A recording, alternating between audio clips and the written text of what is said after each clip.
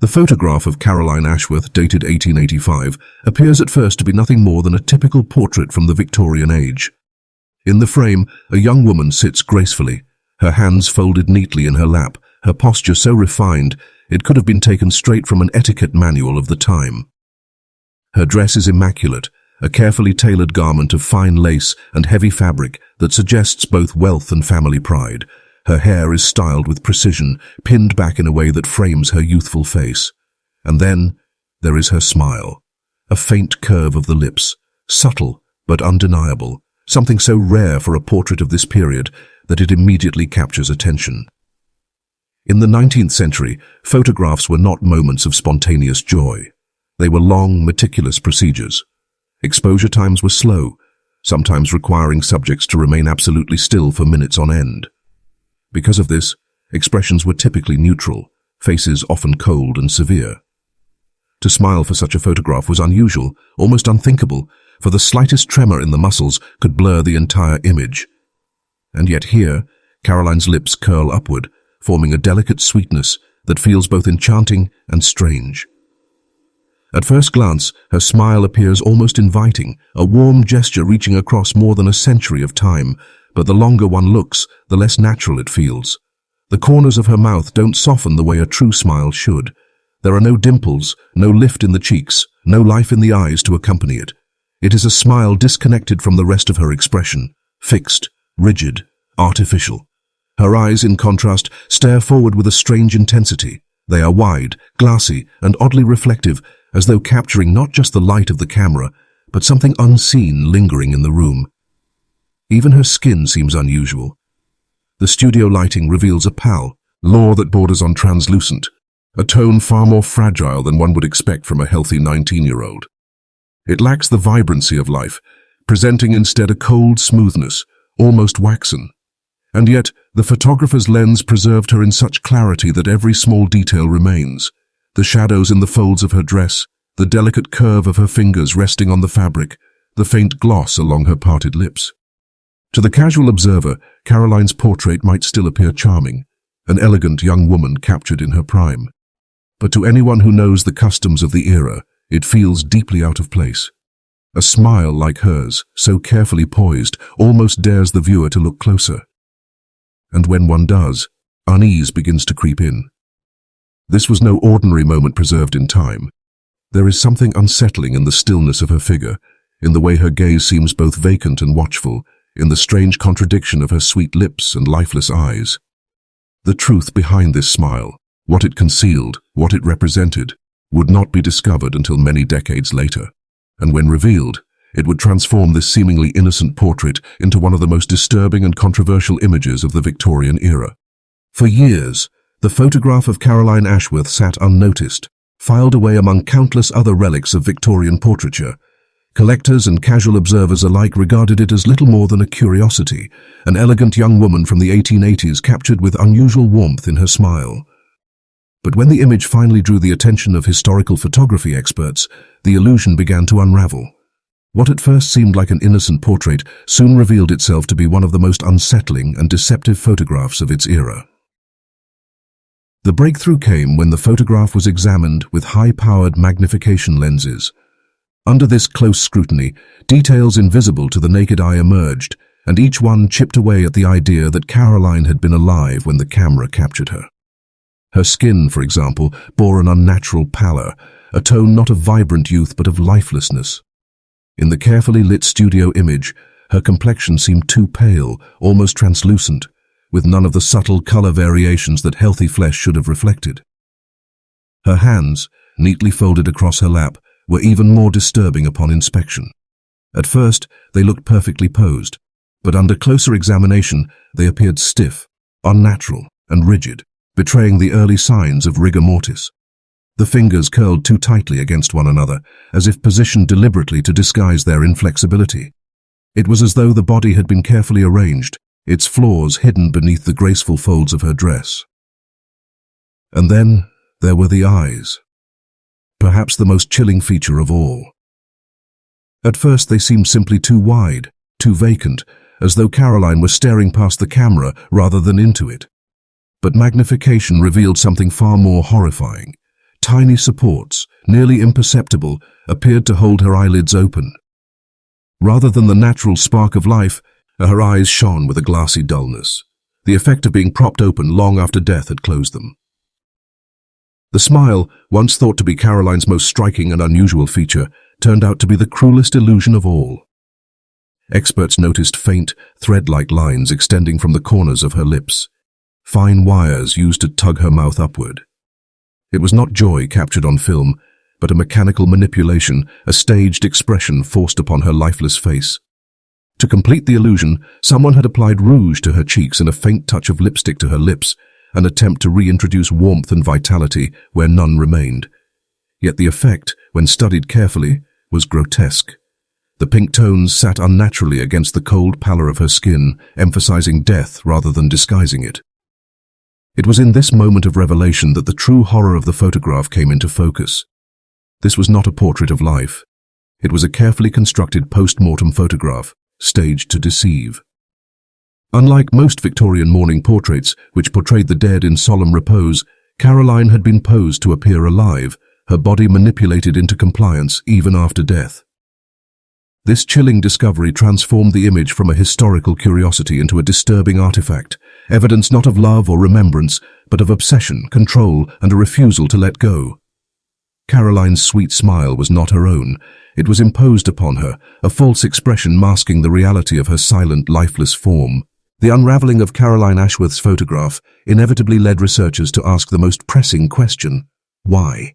Why would anyone go to such grotesque lengths to stage a portrait of a young woman, forcing her corpse into the illusion of life? The answer, as uncovered through historical research, lay in the dark and obsessive nature of her father, Edmund Ashworth. The Ashworth family was no ordinary household. They were among the most prosperous textile merchants in Manchester, their fortune built on the booming cotton industry of the late Victorian era. Edmund, the patriarch, was a man of rigid principles, with a reputation both for his business acumen and his unyielding control over his family. To the outside world, he was a figure of respect, a wealthy industrialist whose name carried weight in both trade and society. But within his household, his will was absolute, and his children lived under the shadow of his authority. Caroline, the youngest daughter, was said to be spirited, gentle, and independent-minded. While her sisters had conformed to arranged marriages that advanced the family's standing, Caroline resisted the cold traditions of wealth and status. Instead, she fell in love with a young factory worker employed at the Ashworth Mills, a man far beneath her station in Edmund's eyes. To Caroline, he represented freedom, affection, and the possibility of choosing her own destiny. To Edmund, he was nothing more than a threat to the purity of the Ashworth name and a disgrace to the family's social position. Their conflict came to a head in early 1885, when Caroline, emboldened by her feelings, announced her intention to marry the man. The declaration was nothing short of rebellion in Edmund's eyes. Witnesses from the household later recalled that his reaction was violent, an explosive rage that shook the entire family. He accused Caroline of betrayal, of dishonoring the family, and of shaming him personally. For a man obsessed with control, the thought of losing his daughter to someone he deemed unworthy was intolerable. Just weeks after this confrontation, Caroline fell ill. What was recorded at the time as a sudden and severe fever raised immediate suspicion when historians examined the medical notes decades later. Her symptoms, persistent vomiting, abdominal pain, and a slow, wasting decline, aligned more closely with arsenic poisoning than with any common illness. In the Victorian era, arsenic was tragically easy to obtain.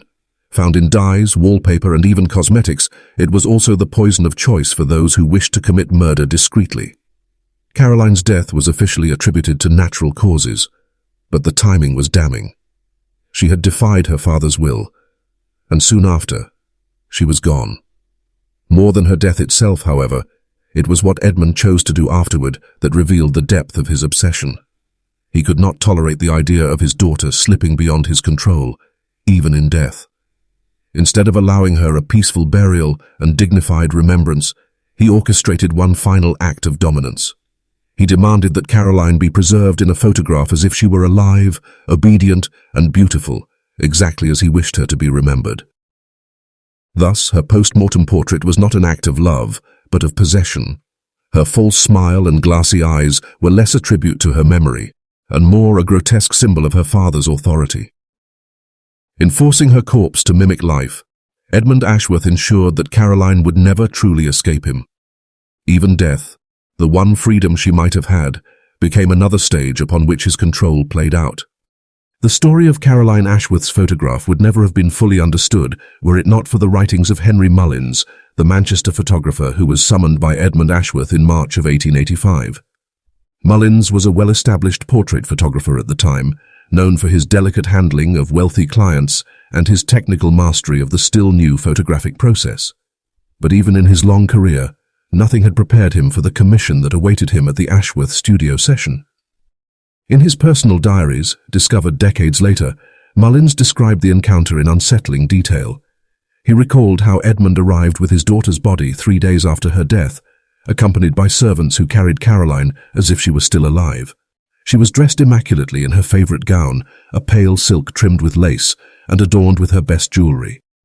Mullins noted how Edmund handled his daughter's body with a disturbing combination of tenderness and authority, speaking to her in low tones, as if she was simply being disobedient and needed to be coaxed back into compliance. Mullins immediately recognized something was wrong.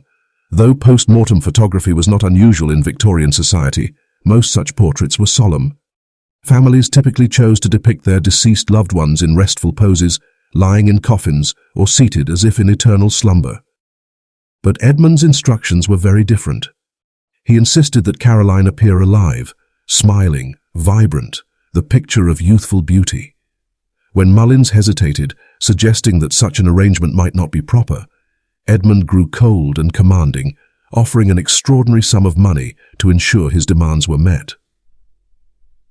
The session that followed was one of the most disturbing of Mullins's career.